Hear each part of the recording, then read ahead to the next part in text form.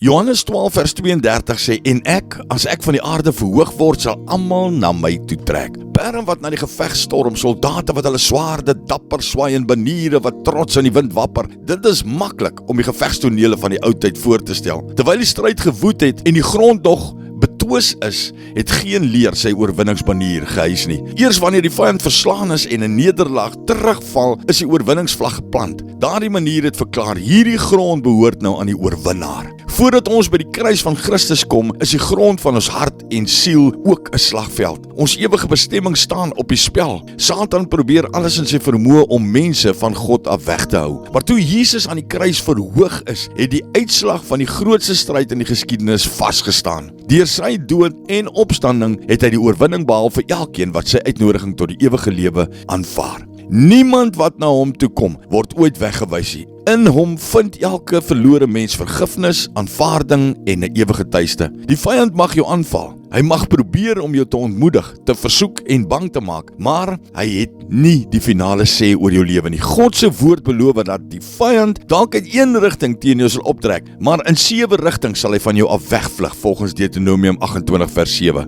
Wie se banier wapper oor die grond van jou hart? Laat daar geen twyfel wees, my vriend, wanneer Jesus Christus die Here van jou lewe is sy oorwinningsvlag stewig geplant oor jou hart. Jy behoort aan hom en niks kan jou uit sy hand uitruk nie. Maar Vader, baie dankie dat u oorwinningsbanier oor my lewe wapper. Dankie dat Jesus aan die kruis die vyand oorwin het en my losgekoop het met sy kosbare bloed. Help my om elke dag onder u heerskappy te leef en met vrymoedigheid te wandel in die oorwinning wat u vir my behaal het. In Jesus se naam. Amen.